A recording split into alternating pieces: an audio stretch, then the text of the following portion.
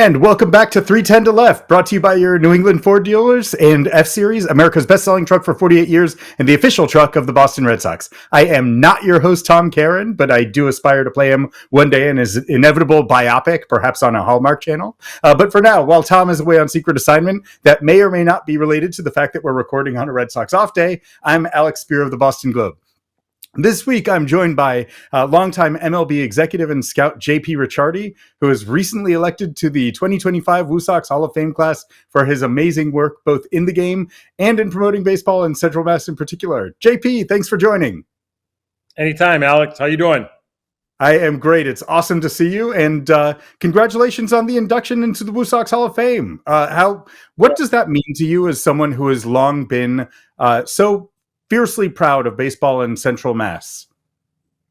Well, when they called me and they told me what it was for, I was more honored because I think the best thing we can all do in baseball is give back. And I think that's probably what I'm most proud of in my career, is being able to help other people start their careers and watch their careers blossom. And, there's been several people, but I just feel good about being able to pass on the torch, especially to New England kids, to Central Mass kids. So I think that's probably what touched me the most. Well, I can speak from my own experience when, back when I was starting in the as a writer around the Red Sox, very much on the periphery. You were very generous with your time when I was the kid with a couple of earrings and no one quite knew what to make sense of me. You were very, very generous in terms of educating me in the game and being, just collegial and inviting. And we've talked to Brian Abraham about the fact that he often credits you with being his own entree into the game. I should ask, someone else who's from Central Mass, whose roots owe to you. Your son Dante Ricciardi is also now a scout with the Red Sox, who's excelling. How much do you love the fact that your passion for the game didn't chase your kids away from it, that they seem to have actually grown to love the game by watching you around it? Well, we're very fortunate in our family. My dad played minor league baseball in the Red Sox organization, and he passed, his love of the game down to my brother and myself. And, I was able to, play professionally and have a career in professional baseball. And then obviously I had two boys. I passed it down to them. And, my youngest, Mariano, we got the AA with the Angels, hurt his knee, and he's moved on in his career. But both my boys played a lot of baseball, whether it was collegiately or professionally, and they have a strong love of the game. But I never, ever wanted my kids just to do something I did. I wanted them to pick what they wanted to do. And we exposed them to a lot of stuff. And unfortunately, this is what they chose. So, it's my youngest is in the financial world now, and he wants no part of baseball after playing. But Dante's just got that old-fashioned passion. And I'm proud of him. He's done an amazing job. Obviously, he's my son, but I mean, Luis Guerrero's pitcher for the Red Sox. Drohan's is going to get to the big leagues. He's a whole different guy. And he's got some kids down below, the Clark kid and the Taylor kid. So, he knows talent, and he's done a really good job. And the Red Sox have been really good to him. So it's been a nice fit. Well, let's start there, because JP, you've been broadcasting WooSox games this season, but yeah, there are a lot of people. Like, obviously, there's Roman Anthony and Marcelo Mayer, who are kind of front of mind. But it is really funny to think about the fact that you get to follow these players who your son drafted, and who, when you're a scout, right? When you're the scout who signs players, you live and die with the performances of your guys, right? Like you are locked in on the box scores. You want to know exactly how they're doing. How much, especially with a guy like Shane Drohan, who has not yet gotten to the big leagues, but who after he was injured throughout the 2024 season after being taken in the Rule 5 draft by the White Sox, ended up being returned to the Red Sox. He's healthy again now. How much is Dante bugging you after every Shane Drohan start you see? And what are you seeing this year with Shane Drohan? Because it's been a phenomenal start for him. Sub-1 ERA through his first 4 starts of the year, with just about 15 punch outs per 9 innings, something like that. Well, he doesn't bug me because, I taught him the right stuff. Once you sign him, you stay in touch with him and you watch him. But, it's up to them at that point. They got to really go out and do what you think they're capable of doing. So he's handled it. He's very mature about that. Probably more mature than I was when I signed players back then. But the thing I like about Drohan is I don't think he was ever healthy prior to this year. So physically, he's a different guy. He's gotten a lot stronger. His legs are stronger. His butt is bigger and stronger. He's got a lot more bulk to him. And his delivery is a lot more complete and compact. He's got a very short arm action. People always ask me, what's it like broadcasting? To me, broadcasting is the same as scouting, only you're sitting in the stand scouting and you're keeping your thoughts and your ideas just to your organization. Watching the games, now you get to evaluate everything you wish you could say when you were scouting. So I think that's the thing I like the most about the broadcasting. And in Drohan's case, and like all the other kids, you see their development. This kid's going to help the Red Sox this year in some way, shape, and form. He's got a power fastball that he can pitch in different quadrants of the zone. He's got a very good breaking ball that he always had, but now he's able to control it and command it and throw it behind in counts. And he's got a really good changeup. He's just a totally different guy. And, as the year goes on, as you don't get through the year with 5 starting pitchers. And this kid is definitely going to get to the big leagues at some point and help him. And I think if this kid does get to the big leagues and he gets a couple of starts, I don't think he'll be coming back to AAA. Yeah, well, it's really interesting. The velocity has definitely ticked up for him this year relative to where it was. He had a dominant. I'll rewind with him. In 2023, he had a dominant start to the year in AA Portland and quickly positioned himself as the top pitching prospect in the Red Sox organization. He moved up to AAA that year, and his stuff ticked down and his walk rate spiked. And some of that was probably related to health. Some of it was because the strike zone in AAA is very different than it is at any other level because of the use of the ABS system and the challenge system, which has trained the umpires to really squeeze the zone very narrowly. And so all of a sudden you see pitchers with exploding walk rates when they get to AAA. And then their walk rates actually end up being better in the big leagues than they are in AAA a lot of the times, because that pitch that they want to ride at the top of the strike zone, that's a called strike in the big leagues or that you can get a chase on, that's a clear ball in AAA. So it's a weird and backwards world of development. But like I said, he was injured in 2024, and now, boy, there just seems like there's a ton of swing and miss happening. And I'm not sure if that's the level right now, JP. I don't know if that's where AAA baseball is at, where there's just so much swing and miss that we should accept that as a norm, or if Drohan to you has the true swing and miss weapons of a starting pitcher. He's a different animal. I mean, he before looked like a guy, that if you put the uniform on him, it was like putting it on a hanger. It was hanging off him. Now he fills out the uniform really well. I mean, he went from a Chris Sale body to more of a streamlined, old school Mark Langston. He's strong and he's physical. And, what I look for is the leg strength in pitches, and he's got a lot of leg strength now. And the ball's just coming out different. So I think, kudos to him. He figured out he had to get stronger, and he did. And with that strength has come some increased velocity. Always had a good breaking ball, but he's going to be one of those guys. Every organization has to have a pleasant surprise. He's going to be one of them.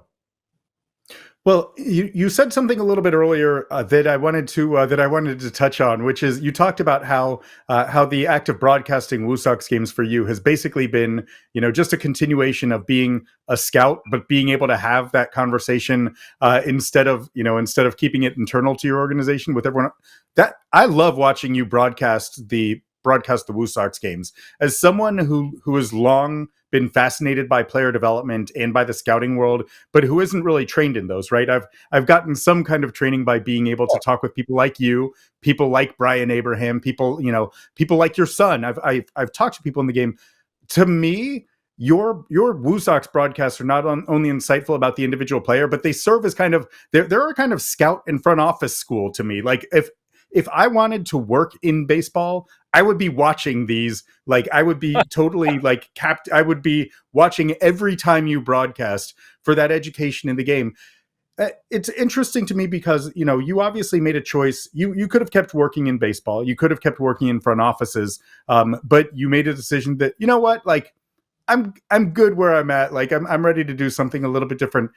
What can you kind of walk me through why you decided that it was a good time to change your relationship with the game and what you were doing with it, and why this is a good fit for you right now? Well, my last few years with the Giants, I didn't feel like I was being utilized. I had a lot of. I've got so much experience from the playing background to the manage to the the on the field to scouting, and I didn't feel like I had to be in charge of anything or I had to have the last say of anything. But I just felt like I wasn't even being asked and included. And I sat there a couple of times and said, I've been doing this my whole life. Why do I want to be away from my family or away from some of the things that I could possibly enjoy if no one's even asking me why? And so I just got a little frustrated maybe with that. Listen, I still got a lot to offer. I still think I could help an organization, but someone has to pick up the phone and make it appealing for you. And like I said, I'm at the stage in my career where I know how to be a good assistant coach, and I have no problem being an assistant coach. And nothing to me is below me. I got no problem going to see the young kids play. I got no problem spending time with coaches at the minor league level and talking to them, and being that conduit between the minor leagues and the big leagues. But at some point you have to have a fulfillment in the job you're doing. And thankfully financially I was in a good spot. But I've always felt like when I worked in Oakland, I worked with Billy Beane and Sandy Alderson, and I always had their ear. When I was in Toronto, obviously I was my own boss, but included a lot of people. When I went to New York, I worked with Sandy Alderson again and some really good people, and had at least a say, maybe not the final say all the time, but it wasn't like that in San Francisco, and I just felt like I was spinning my wheels a little bit. And I think that's what's lacking in the game today. I don't think you have to have all these guys who think they know it all just because they've got experience. I think you need some guys around you, though, that can keep you away from some minefields and possibly be able to help you a little bit. Why isn't this guy moved from A ball to double A? He's done this, this, and this. Just give a different perspective. I think front offices, it's not a bad thing to have people question you. It's not a bad, it's obviously if you're doing it in a respectful way, but I think it means a lot when someone can ask you, why are you thinking about doing that? What makes you want to do that? Why would you play this guy over this guy? Why we have this guy in our system? Why wouldn't you promote him? I've had a great career. I've had a great run, but like I said, I still think I got a lot to offer, but I would only go back if it was an unbelievable situation where someone was willing to at least listen. So I'm enjoying the broadcasting because I get to, as Hamilton says, drop some knowledge once in a while and have some fun. I love seeing the kids play. It's great. Well, we'll continue listening. You do have a lot to offer. We'll continue listening to some of your perspective on some of the WooSox standout young prospects right after this. Welcome back to 310 to Left, brought to you by your New England Ford dealers. We continue with J.P. Ricciardi, who's been sitting on the WooSox in the Nesson broadcast booth on a number of occasions this season, and obviously there are some pretty highly regarded prospects who are currently in Worcester. And so let's start with this. For me, it's been fun kind of going back to past debates between top Red Sox prospects, right? And like the whole conversations about who's the better prospect, like you're wrong a lot of the time. Like I'm not saying you, I'm saying me generally, but everyone ends up right. For years there was, for instance, there was a conversation about like when Jonathan Papelbon and John Lester were both advancing in the Red Sox system. It was back and forth a little bit of like who's going to be the better big leaguer, right? And it took a decade more than a decade into their pro careers to be like, okay, Lester is the one who's going to have kind of the more the higher, the more sustained elite level. But shoot, Papelbon also closed out a World Series, so nothing to sneeze at there. Who's the better prospect, Roman Anthony or Marcelo Mayer? First of all, I like them both very much, but Roman Anthony is going to be a star. And I'll tell you a quick story. I was with the Giants and they asked me to go see Roman Anthony. And so I was in Florida and they said, last summer, this kid didn't do anything. We don't really have high grades on him, but would you go see him for us? So I go to see him and I called the scouting director up after and I said, what don't you like about this kid? He said, well, last year his bat was here. He was this, he was that. He says, what do you think about him? I said, he's going in the first round. I said, he's got great instincts. He runs well. He throws well. He's got good path to the ball. He's strong. He's going to get stronger. I said, I love his swing. There's going to be power there. I said, you might want to go back and see this guy again. So they asked me if I'd go see him again, and I happened to be, in that area. So I went a couple days later, and I called him up and I said, first rounder. So I don't know if he fits in our first round. That's your decision, but this kid's a first rounder. And he obviously made some changes to his swing. I didn't see him the summer before, so in all fairness to the scouts, they can only go off what they see. But fast forward now, I get to see him in AAA last year, and he is a physical specimen. So he's become so much more physical. These are the things he does that I like a lot, that all good players at a high level that become all-stars do. He's got a great command of the strike zone. He's not afraid to hit with 2 strikes. He doesn't flinch against left-handed pitching. He hits the ball hard the opposite way, which means he keeps his bat in the zone a long time, and he's going to have opposite field power. He's got great instincts on the bases. He's got very good instincts in the outfield. That's my Your my dog buddy Bruno. agrees. Bruno is all in on Roman Anthony, it seems like. This break in the action brought to you by Bruno, J.P. Ricciardi's dog. Well, Anticipating the dog days of summer, here's Bruno. He likes Roman too. He's just a complete player. His instincts are really, really good. I mean, you can't, when you watch a guy play a lot, you see their instincts, and he has amazing instincts. He closes on balls in the outfield really well. I think he's going to stay in center field. Now, the problem I see with the Red Sox is they got the best problem you can have. They got a lot of players that can do a lot of things. So where this kid plays initially, and where he ends up might be 2 different things. But I think he ends up eventually in center field, and he plays a really good center fielder. I think you got a multiple all-star, and I think you got a player that's going to go down as one of the best Red Sox ever.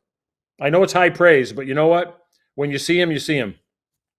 Wow, that is that's almost jarring, almost a jarring assessment. But I mean, he's been nothing short of incredible so far this year in AAA, right? And like the context that we're judging all of this against is that he's now 20 years old. He turns 21 in the month of May. So it's funny because like the Giants assessment and the assessment of a number of teams that we're talking about that scouted him and were a little bit hesitant about him entering the 2022 draft based on his struggles in his summer after his junior year were occurring when he was 16 years old, right? Like, so, you kind of need to adjust for, like, the guy was still just learning that he was a baby in the game relative to some of the other players in his draft class who were a full year older than him.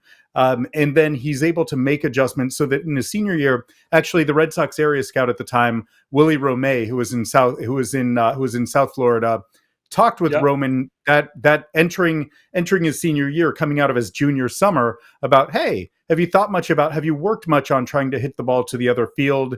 How would you approach that question?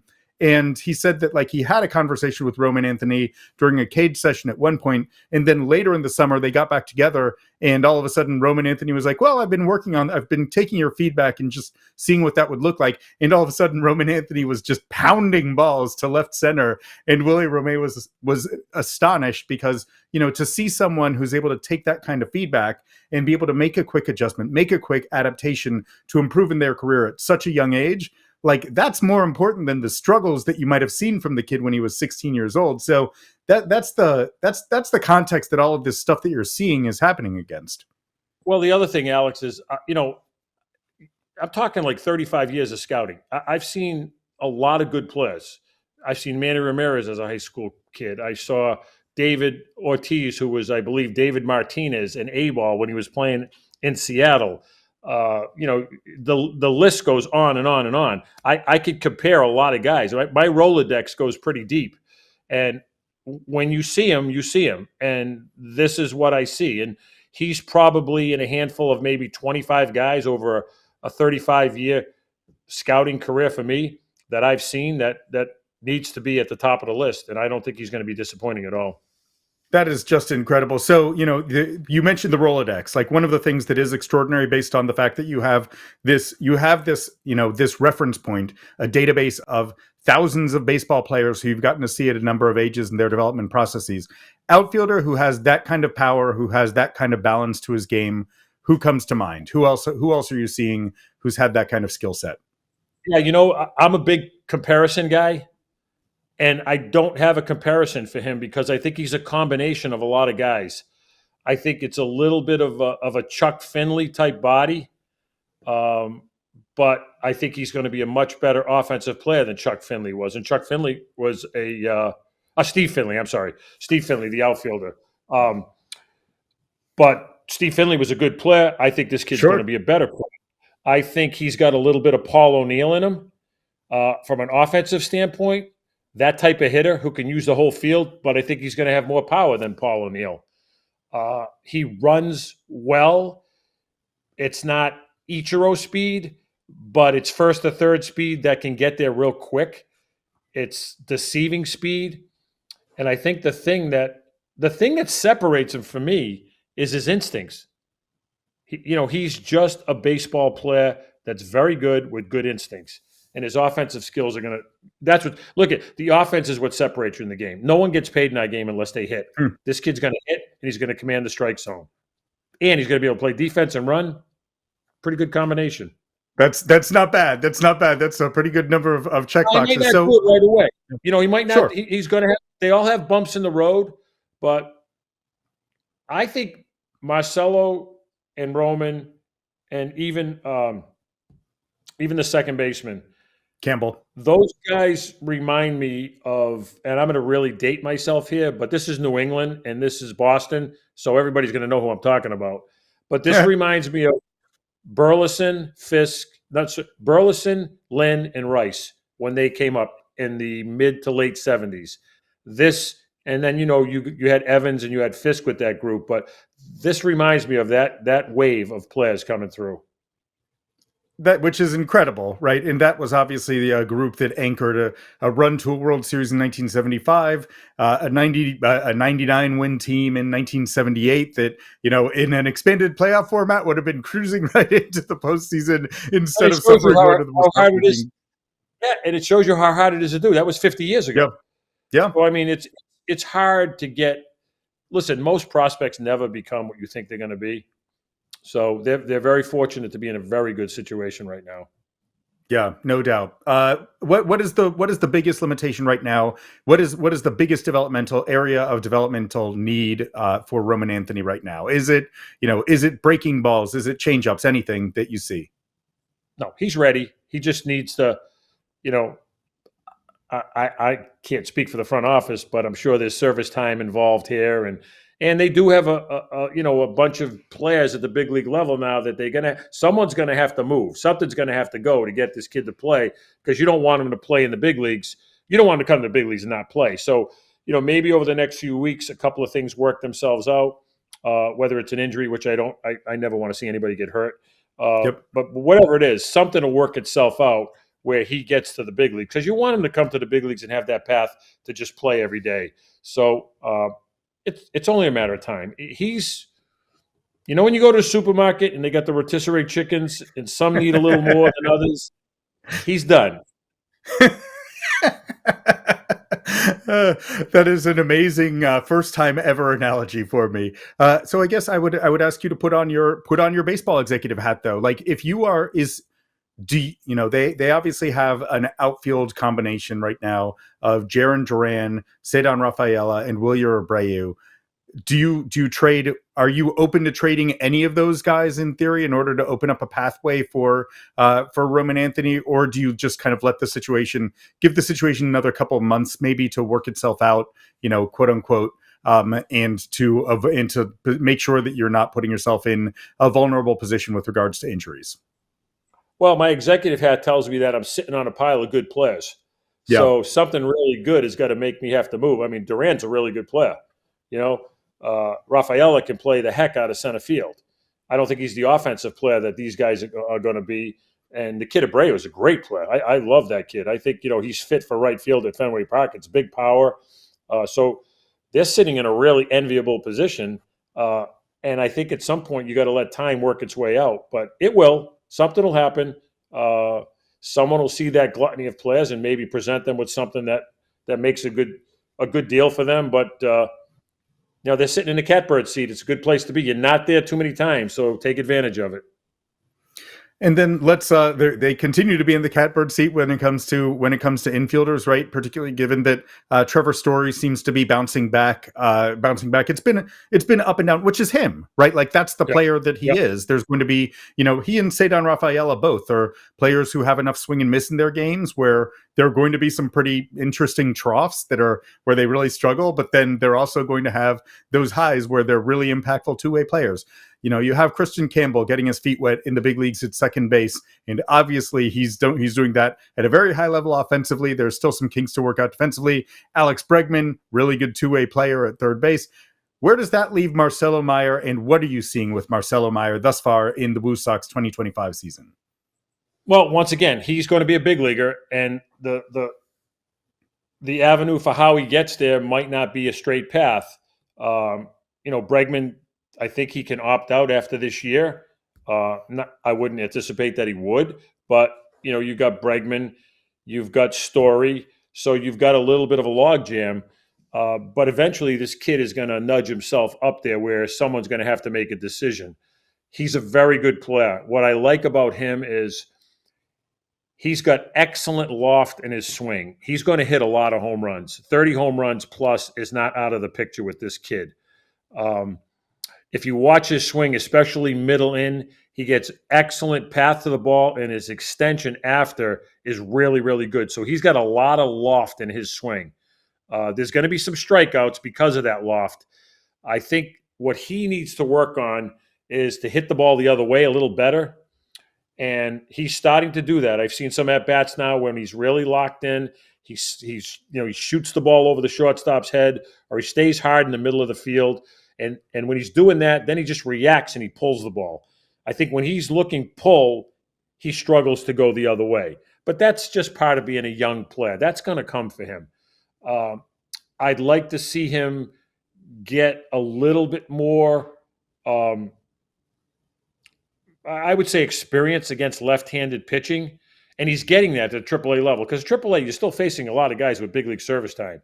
So he's got to learn, what to do with left-handers, how to hit the tougher left-handers, what pitches to lay off. He's not as secure in his left-on-left as Roman Anthony is, but he eventually will be. So his ceiling is high. I think you're going to get 260 to 280 with 20 to 40 home runs on a given year, and a guy who can stay at shortstop.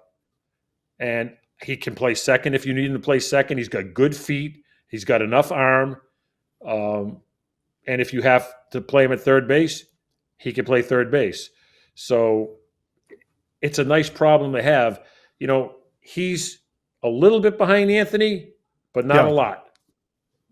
Well, it's interesting, right? Because even though he was drafted 1 year before and he's about a year and a half older than Roman Anthony, he is less experienced in the upper levels than Roman Anthony because he's been banged up. And so in many ways, his biggest developmental challenge this year is staying on the field and being healthy for a full season, right? And the minor league season permits a little bit of a taking of the foot off the gas pedal, because there's the built-in 1 day off per week, although we're getting close to a point in the major league schedule where that's going to be the case for the Red Sox between mid-May and mid-September anyway. So 6 days, that's not bad but he needs to stay healthy for more than half a season, because last year he was making strides like gangbusters through the first half of the season, and then for the third straight year, injuries ended up limiting him to fewer than 100 games. But it's for me, the other part of it, aside from health, that's so interesting to hear is that need to get back to the all fields approach, because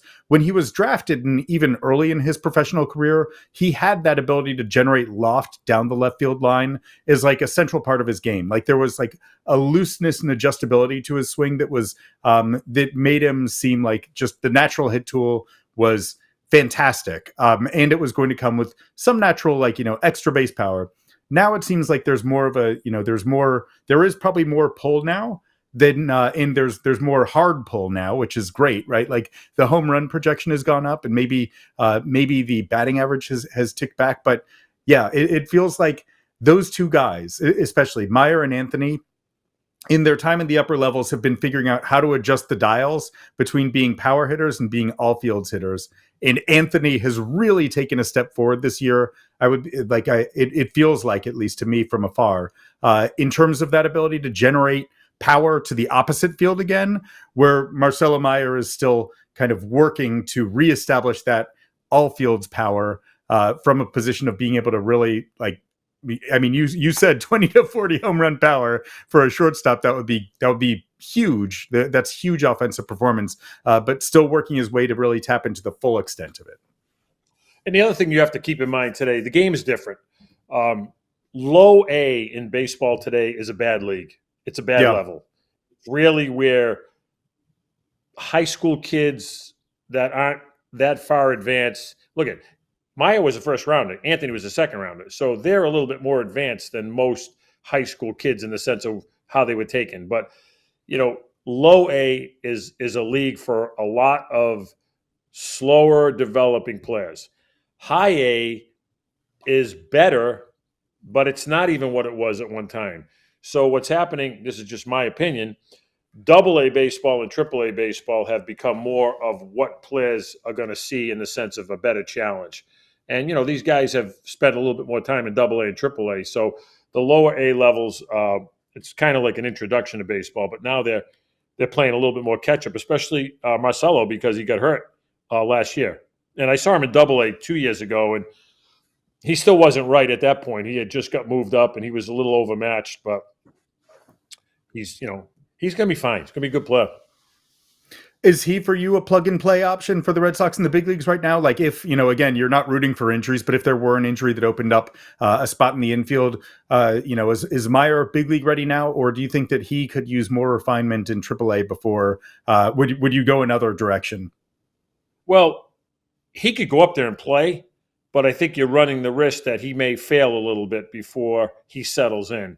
And listen, there's no ideal time to bring these guys up. You think there is, but sometimes, if something happened to Story and they needed him to play shortstop, he could go up there and play shortstop and have no problem with it. But you just don't want to put a kid in a position to fail. I'd rather bring him up when you think they're a little bit more progressed. Sometimes you just don't know. Sometimes you got to throw them in there, But both of those guys are going to be really stalwarts in those lineups. Yeah, well, it is a really important context, and I do think that your point is well taken about the fact that low A is now a bad level because they wiped out short season baseball, right? Where like you spent a lot of time in Oneonta, right? Like this was you understand and appreciate the importance of that level. You have guys who are jumping straight from the Florida complex, going straight to low A, who are deeply overmatched a lot of the time, not even remotely ready to compete at that level. So you have this like massive failure that guys are encountering at the start of their career, or the better young prospects are going to dominate at that level and not really develop that much because there are just talent disparities up and down that have made low A and high A really difficult levels to evaluate. And so it, to your point of kind of overbaking when it comes to big league readiness, like you really do, because you're missing, because the ground, the foundation isn't set as much in the lower levels of the minors as it maybe once was. It's a very interesting question about when is the right time to call someone up, and do you want to take a more conservative path with someone who has a high ceiling, or do you want to trust their talent and trust them to figure it out by throwing them in the deep end? And you have better answers to that question than I do. Well, the game's changed so much, and you have to evolve with it. And I think the better players like Roman and Marcelo and the other guys that are higher on their list. I believe Arias is shortstop. Yep. They're going to get all the time to develop. What's painful to me is the guys that we've pushed aside and we can't develop anymore because we don't have the places for them to play. So the high picks are going to get all the time they need and the at-bats they need. The game today, we have a lot of teachers and not a lot of students. So that's a problem to me because that 12th rounder, that 14th rounder that the organization puts time and effort in, or the 23rd rounder, there's less and less time for those guys. Think about this. Pitchers get so many more opportunities, but everyday hitters, if you fail after 3 years, you're not getting a second chance. So I just think we've cut a lot of resources out, and that's sad. Yeah, JD Martinez once made that point to me where he said, "Well, what happens with a pitcher who after a few years is struggling? They might try, you change the mix, you change the arm slot, you try various things. There's a kind of extreme trial and error period, as opposed to the position players where it's like they just get thrown to the wolves." And in JD Martinez's case, he said that's where he took it upon himself to find a swing change that was going to unlock a very different approach and allow him a different career path. You saw it certainly with the guy you had with the Blue Jays, Jose Bautista, who had been considered a failure, right? He had bounced between a bunch of different organizations. You guys ended up, I think, plucking him off of waivers, I want to say, and ended up with a guy who was, who at least gave you pause in a Hall of Fame. When he was eligible for the Hall of Fame, it gave me a little pause thinking about the career path that he had, because he emerged as one of the preeminent sluggers in the game. And you're right, like the timetables for offensive development don't necessarily align with the opportunities that are presented to the players to actually develop. And we traded for Batista. We traded for Robinson Diaz. And the reason we traded for Batista was because we saw a lot of him in spring training. And we knew he could play third. We knew he could play second. We knew he could play first. So we thought, just like we bounced Marco Scooter around and made him an everyday player, and he ended his career, took off, we thought Batista. Now, I never thought he'd hit 50 home runs, 4 or 5 years in a row and end up having his name in the Ring of Honor. But I thought we could give him an opportunity. And once we did, he took off. So, it's a crazy game, and you got to try to give as much opportunities. That's why I'm a little bit of a flag carrier for the draft, at least going 30 rounds. I think those extra 10 rounds give a lot of guys an opportunity to play. And it's more coaches in the minor leagues. And I just a little disappointed in what's happened to minor league baseball, because I think a lot of guys are not getting opportunities. Yeah, well, what's going to happen is that indie ball is going to be a very interesting place. And I think we're already starting to see it, where there's a much more natural pipeline for pitchers, especially to go from indie ball back into affiliated baseball, because the squeeze that's happening on rosters when you wiped out a level and you're putting these roster limits on guys means that all of a sudden you're seeing a bunch of guys throwing 95 and 97 in indie ball who end up finding their path back into affiliated baseball, like the Cam Boozers of the world, because those development opportunities in organized baseball and affiliated baseball don't exist like they once did. So the rate of attrition, the rate of attrition for pitchers is so great. They always need pitching. So they're always going to find a way. I mean, I'm seeing guys in AAA that go to Mexico, that go here just to keep their careers going. I think the kid's stock in AAA. I mean, he got some big league time this year. He's pitched almost year round, but there's always an opportunity for the pitchers because of need. So you mentioned the question, the different timetables that position players need to develop. One guy who's been interesting to monitor this year in Worcester along those lines is Vaughn Grissom, someone who last year he was banged up. He was injured when the Red Sox traded for him. He was injured throughout the year, both in Boston and in Worcester. He could not hit the ball hard last year, right? That was an obvious, and that's been different this year. It seems like he's been hitting the ball a bit harder. And making better contact, being more the player that the Red Sox thought they were acquiring. What have you seen from Vaughn Grissom this year? What kind of future big league role does he have? Well, I think Grissom, one of the things that's a problem for him is all the people that are in front of him. So there's a little bit of a logjam. The things I like about Grissom are he he stays inside the ball really well. He hits the ball to right field really, really well. And he's got a little bit of sneaky power to right center field. I like the fact that he makes contact. He's got some overall sneaky power. I think he's starting to figure out who he is as a player. Um, he made a hell of a play at shortstop the other night. I mean, he showed me a plus arm. He's not a shortstop, but he could play a little bit of third base. He could play a little bit of second base. I think he's going to end up in the Red Sox situation, maybe being a guy that bounces around a lot, but gives you good at bat. I think, doesn't run unbelievably well, but runs enough that, he could score from second on a single. He's an interesting cat. He's not a guy that I would say is going to be an everyday player, but I think he's a guy that's going to find his way in the lineup a lot and maybe surprise some people because of some of the things he does. But with all of these guys, it all comes down to the bat, and whatever he's able to do offensively is going to keep him in a lineup or get him an opportunity to play somewhere else. So really interesting guy. Well, great perspective on a number of the current WooSox, JP, and we will continue our conversation right after the break. Continuing on 310 to Left, brought to you by your New England Ford dealers with J.P. Ricciardi, longtime baseball executive and current WooSox broadcaster on Nesson, and also his dog Bruno, who's made a stellar guest appearance on this show. JP, with the Red Sox playing the Blue Jays this week, it did seem like an interesting time to talk to you about the uniqueness of that market. And I'm sure that it was fascinating for you to see some of the dynamics playing out with the Blue Jays' decision to extend Vlad Guerrero, right? What does the Toronto market represent? What's interesting to see, like, what do you think that market can be? Because when you were the GM of the Blue Jays, it was clearly different tiers of spending, right? Like you had the Yankees here and you had the Red Sox here and you had the Blue Jays not there. Really, in the last few years, the Blue Jays have been relatively competitive, at least with the Red Sox and at times with the Blue Jays in terms of their spending. What do you think that franchise is? Where is it going? Well,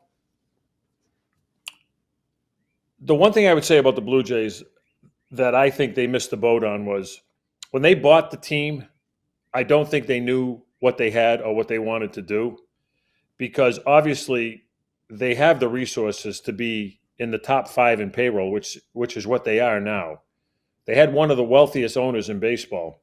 But I think when they bought the team, no one explained to them how this could turn out to be a big powerhouse as far as if you went out and spent enough money to bring attractive players to the club and not let the franchise sink to low levels. And I think that's one of the things that they were challenged with. Now, when I was there, the payroll averaged $55-60 million tops in a division with 2 teams spending $200 million. And, we had some really good years. We just didn't have enough oomph to get over the hump. I remember one year we won 87 games. We went home. The Cardinals won 84, and they won the World Series. So that kind of puts it in perspective. But I think in the last few years, they've convinced ownership to spend money. They've done a lot of work on the Sky Dome, the Rogers Center now. And like I said, they're in the top 5 in payroll. So I think that they're showing that they have the resources and they're willing to spend now. I think it's been about 10 years too late, but I think it's great for the fans that they're able to do it. I think the biggest challenge now for them is, are they able to keep some of their other players? I mean, Guerrero's one of their studs and obviously a guy that you want to keep. But being able to give out those contracts, you have to be able to have supporting players around them. And if you don't, then having one great player doesn't matter what it is. You're not going to have a complete lineup.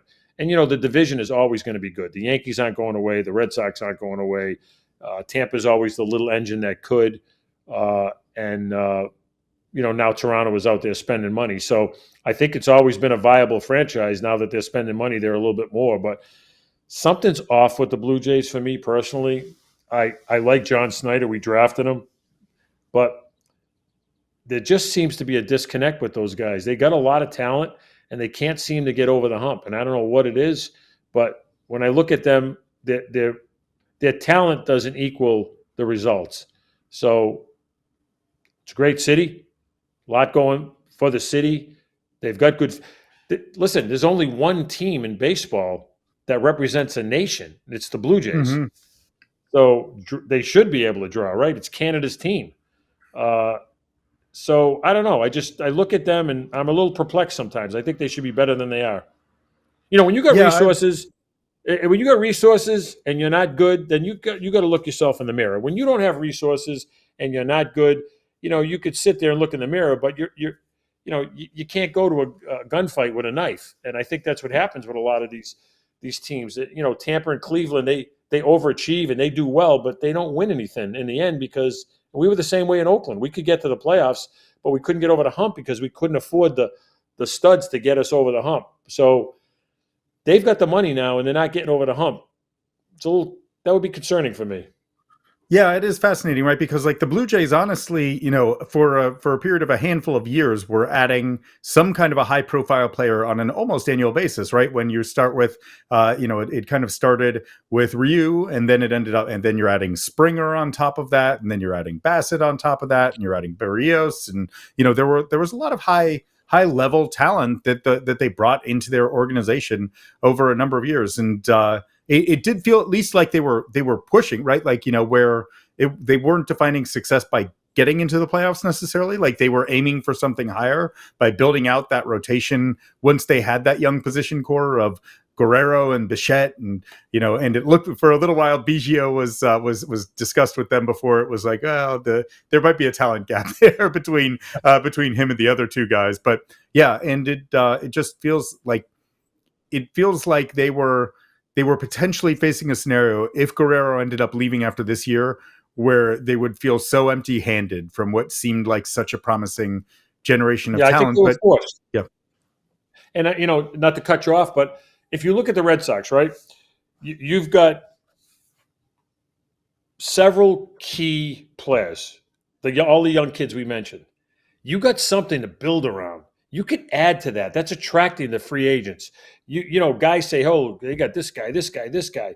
They're going to have a really core group of young players that are going to grow together and play together. The Blue Jays don't have that. Their farm system is not very good. They haven't drafted well, and so Guerrero's there. But what goes with Guerrero? If you sign Bichette, okay, you got two good players. But you don't have a plethora of young players coming behind them that continue the wave. So they've got their work cut out for them. And I think signing Guerrero was great for the organization and for the city and to show that type of commitment. But in the end, I don't know if it's the right thing to do, in the sense that if you can't surround them with anybody, you got one great player and you're looking to fill them in. That's where I think the Red Sox, and I think the Orioles are being challenged now because they've got a lot of good young players, but I don't know if their front office is from the ilk of going out and spending. So that's the challenge I think they face. The Blue Jays aren't afraid to spend now, but they don't have the core. The Orioles have the core, but I don't know if they want to spend. And that's the separator. Well, let's kind of build on that. You are seeing the Red Sox. You get in while broadcasting WooSox games, you get to see what that next wave of the Red Sox looks like. You got to see some of Campbell last year. Now you're getting to see Mayer and Anthony. You're getting to see where their pitching development is at in terms of guys like Drohan, like Hunter Dobbins, who I think is someone who's made a favorable impression on you, even though the results in AAA haven't been great. The big league performance has been good, and he was very good in AAA last year in his first showcase there. Where are the Red Sox? As you look at the division, this division well. You know what the American League East is. Where do you see the Red Sox being positioned in kind of this? Let's say that this year is like. This year isn't where they're hoping to go, right? Like Anthony and Mayer being cemented as big leaguers alongside Campbell that's where it's going to be like kind of the next iteration of whatever the Red Sox are becoming. What is that going to look like? Where do you think the Red Sox are in terms of that building window, and in terms of being competitive within the AL East, competitive within the American League, competitive within the baseball landscape? I think they're ahead of most people. If you look at the Orioles, they've got some really good young players, but even Rauchman has kind of gone backwards a little bit. He's a good player, don't get me wrong, but you hope that they keep going in this upward climb, but sometimes they hit a little bit of a bump. The young kid, the young infielder, the Holiday kid, he's hit a little bit of a bump up and down. But they've got a core of good young players. The Red Sox have a core of good young players. The Yankees don't have that core of good young players, but they've got resources to be able to fill in around some really good players like Judge. I mean, he's a generational player. So I think when you look at the overall viewpoint of baseball, the Red Sox have to be at the top with having, if Mayer can stay at short, which I think he can, and Anthony can play center field, and Campbell plays second, the only thing you're missing is the catcher. And obviously you traded Teal to get a frontline pitcher. But you've got 3 dominant spots of your team put together. That's pretty cool. I mean, that you look at the Astros when they were rocking and rolling with Altuve and Springer and Bregman when he was moving it short, and then they moved the Pena kid over there. But good teams are still strong through the middle, and they're not only going to have good players up the middle, but they're young and they're talented. So I think they're in the most enviable place in all of baseball.